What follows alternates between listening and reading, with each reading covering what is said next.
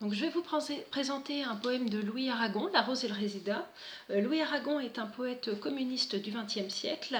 Il a commencé par écrire des poèmes surréalistes au tout début du siècle, dans des recueils comme Feu de joie, mais il faut savoir que la Seconde Guerre mondiale a apporté dans ses écrits une certaine forme de classicisme. On assiste à un retour du classicisme dans ses écrits, puisque, en l'occurrence, le message à faire passer demandait peut-être plus de clarté que ne le permettait la poésie surréaliste. Le recueil dans lequel a été publié La rose et le réséda est La Diane française, un recueil de poèmes qui est un hymne à la résistance et en hommage indirect à Gabriel Péri. Diane est la déesse de la chasse et on peut donc lire à travers le titre La Diane française le contexte de guerre qui parcourait cette période. Donc La rose et le réséda reprend les codes de la chanson de geste, puisqu'il s'agit dans le tout début du poème d'une belle à délivrer, et on comprendra au fil du poème que la belle à délivrer, il s'agit bel et bien de la France. Donc je vais maintenant vous lire La rose et le réséda. Celui qui croyait au ciel, celui qui n'y croyait pas, tous deux adoraient la belle, prisonnière des soldats, lequel montait à l'échelle et lequel guettait en bas. Celui qui croyait au ciel, celui qui n'y croyait pas, qu'importe comment s'appelle cette clarté sur leurs pas, que l'un fût de la chapelle et l'autre s'y déroba. Celui qui croyait au ciel, celui qui n'y croyait pas, tous les deux étaient fidèles des lèvres, du cœur, des bras, et tous les deux disaient qu'elle vive et qui vivra verra. Celui qui croyait au ciel, celui qui n'y croyait pas, quand les blés sont sous la grêle, fou qui fait le délicat, fou qui songe à ses querelles au cœur du commun combat. Celui qui croyait au ciel, celui qui n'y croyait pas, du haut de la citadelle la sentinelle tira, par deux fois elle chancelle, l'autre tombe qui mourra. Celui qui croyait au ciel, celui qui n'y croyait pas, ils sont en prison, lequel a le plus triste grabat, lequel plus que l'autre gèle, lequel préfère les rats. Celui qui croyait au ciel, celui qui n'y croyait pas, un rebelle est un rebelle, nos sanglots font un seul glas, et quand vient l'aube cruelle, passe de vie à trépas. Celui qui croyait au ciel, celui qui n'y croyait pas, répétant le nom de celle qu'aucun des deux ne trompa, et leur sang rouge ruisselle, même couleur, même éclat. Celui qui croyait au ciel, celui qui n'y croyait pas, il coule, il se mêle à la terre qu'il aima, pour qu'à la saison nouvelle mûrisse un raisin muscat. Celui qui croyait au ciel, celui qui n'y croyait pas, l'un court et l'autre a des ailes, de Bretagne ou de Jura, et framboise ou mirabelle, le grillon rechantera. Dites flûte ou violoncelle, le double amour qu'il brûla, l'alouette et l'hirondelle, la rose et le réséda. Donc, après la lecture de ce poème, nous verrons donc comment ce poème peut se lire comme un hymne à la résistance et un hymne à ce que l'on a appelé l'union sacrée.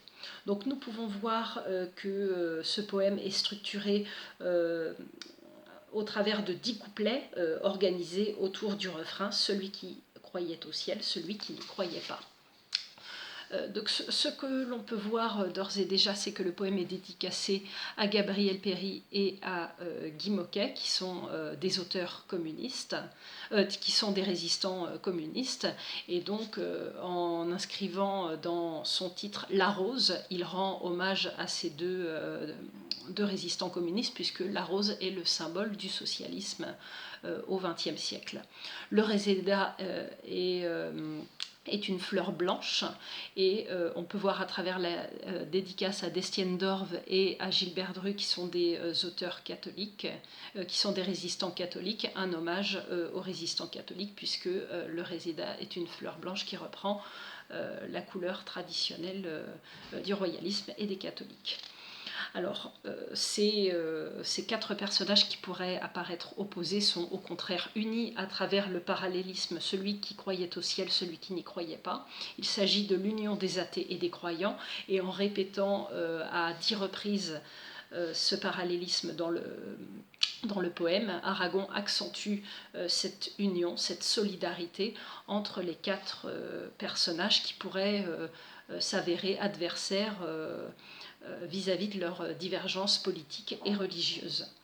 La belle qui apparaît au vers 3 peut se voir comme une métaphore de la France, et les soldats qui la retiennent prisonnière peuvent être perçus comme une métaphore du nazisme.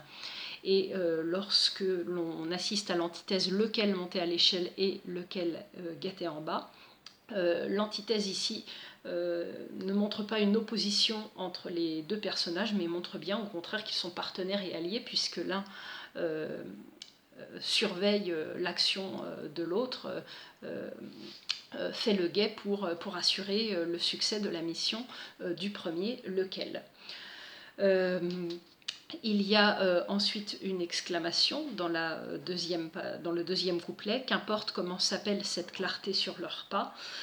Ici, il s'agit de montrer que les divisions apparaissent, sont au second rang.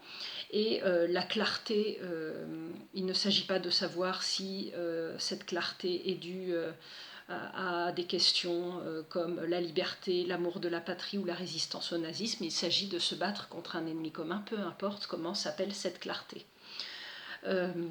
On peut voir que fidèle rime avec elle dans le troisième couplet, donc cela suggère une certaine fidélité à la France, puisque fidèle rime avec elle qui est la France.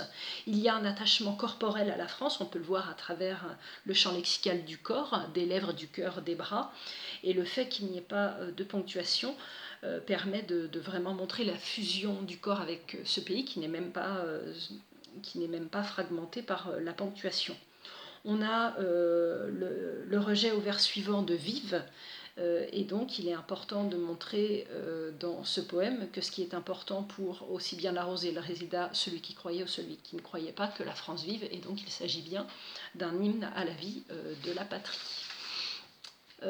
On peut également voir que les deux personnages, l'athée et le croyant, leur union est d'autant plus suivie tout au long du poème qu'il y a sans arrêt des rimes en L ou en A qui montrent bien qu'il y a une continuité entre ces deux personnages et dans leur combat.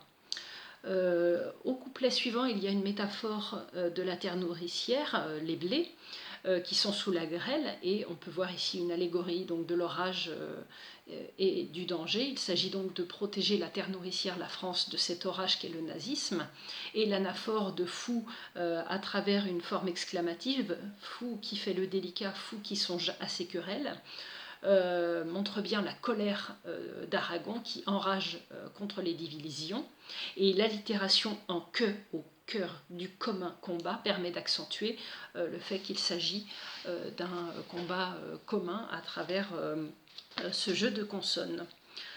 Lors du couplet suivant, on a le retour du motif de la chanson de geste et de la belle prisonnière de la tour, puisque l'on nous parle de la citadelle, et lorsque au vers suivant on a un passé simple qui apparaît pour la première fois du poème, il s'agit bien de montrer qu'il s'agit d'un événement soudain, d'un changement de situation, et que cette première action doit amener une réaction de la part des résistants. On retrouve ici l'image du relais, il y en a un qui chancelle et l'autre qui tombe, donc il s'agit de montrer que l'union doit faire la force, que chacun est derrière l'autre, et qu'il s'agit d'une certaine manière de la métaphore des dominos, chacun entraîne l'autre dans son combat, voire même dans sa mort. Au couplet suivant, il y a des rimes négatives, grabat, rat, et donc ce qui montre que ces deux personnages sont également unis dans la défaite. Il y a une véritable solidarité entre ces deux personnages, puisque les deux pronoms celui disparaissent et ne font qu'un il. Donc le il au pluriel montre bien que ces deux personnages se sont rassemblés. Au couplet suivant, il y a la répétition du terme rebelle à travers quelque chose qui pourrait nous apparaître comme un pléonasme. Un rebelle est un rebelle. Donc ici, il ne s'agit évidemment pas d'un pléonasme, mais de montrer qu'un rebelle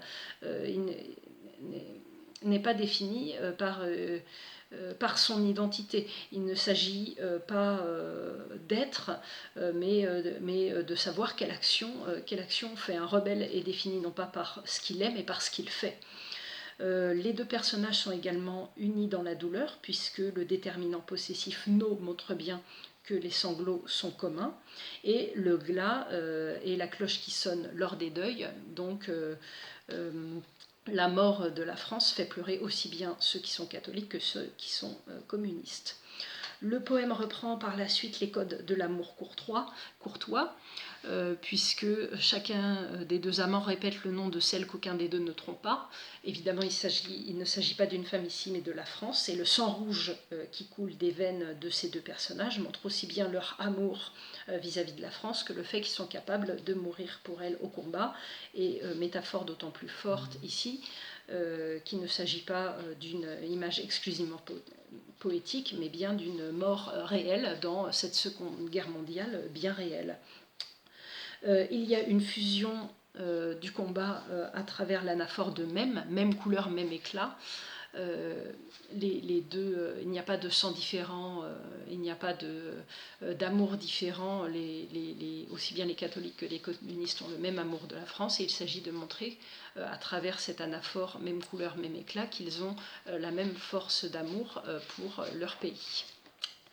On assiste par la suite à une métaphore filée qui est celle du vin, puisque on va nous dire que le sang qui coule et se mêle va faire mûrir un raisin muscat. Donc il s'agit ici de montrer que le sang est aussi sacré que celui du Christ, puisque ce sang va devenir du vin, et ce vin va mener donc à l'ivresse et donc ramener la prospérité en France. On arrive enfin au dernier couplet. On va ici avoir deux toponymes qui sont donnés, de Bretagne ou de Jura. Il s'agit de deux lieux opposés, à l'est, l'un est à l'est et l'autre est à l'ouest. Il y a également une opposition entre la terre et la mer, puisque l'un court et l'autre a des ailes. Il ne s'agit pas ici exclusivement que d'une métaphore, il s'agit de montrer que les soldats, qu'ils soient fantassins ou qu'ils soient dans des avions pour poursuivre la guerre aérienne, ont le même combat. Il y a également la mention de deux fruits rouges, framboise ou mirabelle, deux instruments de musique, flûte ou violoncelle, et deux oiseaux, l'alouette et l'hirondelle. Ici, à chaque fois, il ne s'agit pas de montrer les différences entre les deux entités, mais bien de montrer ce qui les rassemble. Certes, l'alouette n'est pas l'hirondelle, la framboise n'est pas la mirabelle, et la flûte n'est pas le violoncelle, mais à chaque fois, il s'agit de montrer qu'il y a une union malgré les différences, que tous ces éléments dépassent leurs différences et qu'ils sont capables, malgré leurs différences, de s'allier. On assiste au motif de la Réverdie également, puisqu'il s'agit du retour du printemps. On voit un raisin qui mûrit. Alors vous me direz que les vendanges se font plutôt en septembre, mais on retrouve l'alouette qui est un symbole du printemps. On retrouve également la saison nouvelle. Donc ce motif de la Réverdie montre que le printemps revient. Dans la poésie courtoise, il s'agit de montrer le moment où les amants se retrouvent, mais ici il s'agit surtout de montrer que l'espoir renaît, que la guerre ne sera qu'une mauvaise saison et que l'espoir va renaître. Donc, en guise de conclusion, on peut voir que ce poème insiste sur l'alliance nécessaire entre les catholiques et les communistes, c'est-à-dire la rose communiste et le réséda, symbole des catholiques. Le poème insiste non pas sur les différences et ce qui divise la rose et le réséda, mais insiste bien sur ce qui les rassemble, et c'est un processus qu'on va retrouver avec le gouvernement d'union nationale sous De Gaulle, qui va rassembler aussi bien des personnes de droite que de gauche. Ce poème peut nous faire penser aussi au poème Liberté d'Éluard, puisque Éluard va reprendre dans son poème Liberté les codes de la poésie amoureuse. Et ce poème, qui était à l'origine un poème d'amour dédié à une femme, va par la suite devenir un poème d'amour dédié à la liberté. Je vous remercie de m'avoir écouté.